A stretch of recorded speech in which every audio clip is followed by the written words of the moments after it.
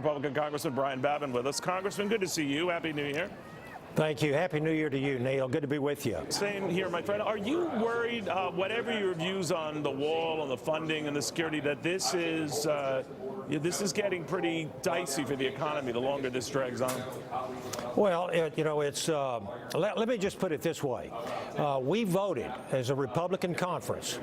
We voted to fund the government, and we put in $5.7 billion for border security. We wanted to keep the government open. The other side decided they would rather shut the government down than to fund border security. They're even denying that there's a crisis, a humanitarian and security crisis on the border.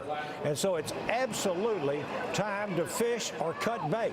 And while I think that the president has the absolute right to declare a national emergency, this thing could be fixed in 15 minutes if they would come to the table and give some honest offers and negotiate. And it absolutely is necessary. 60,000 illegals every month are trying to get into the United States. That with you, Congressman, because not surprisingly, Democrats disagree with your view on this. They say it was the president who attached continued funding for the government to this. Had he not done that, they had a plan in place to deal with Homeland Security and a separate budget issue that even had the support of Mitch McConnell. Would put it up for a vote in the Senate, and then the president at the last minute maybe caving to demands from his base and others who said not good enough. So that's where we be. What happens now? Well, that's a disingenuous argument on their part, the part of the Democrats, because they have not come back with any meaningful negotiating, and quite frankly, they're saying this is a contrived problem down there. Well, understood. So, Congress, let me ask you this. If Vice President Pence is echoing his boss's sentiment, you don't have a wall, you don't have a deal, we might be dragging this on for months, right? Well, but the thing, we've already seen the president.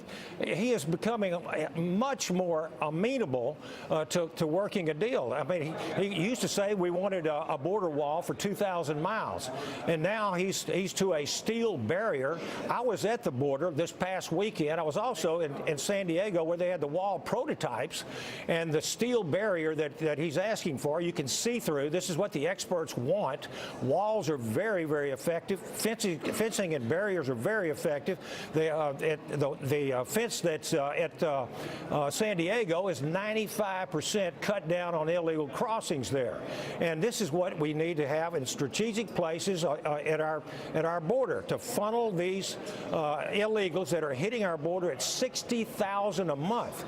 It is a humanitarian crisis. I'm a health care provider myself. There's tuberculosis. There's a lot of communicable diseases that are coming off. 50 people a day are needing emergency medical care down there. Worry, and I mean, you've done, to serve your country and your family, and the great work there on you as someone who's done your best, to honor the oath and serve medically and help those.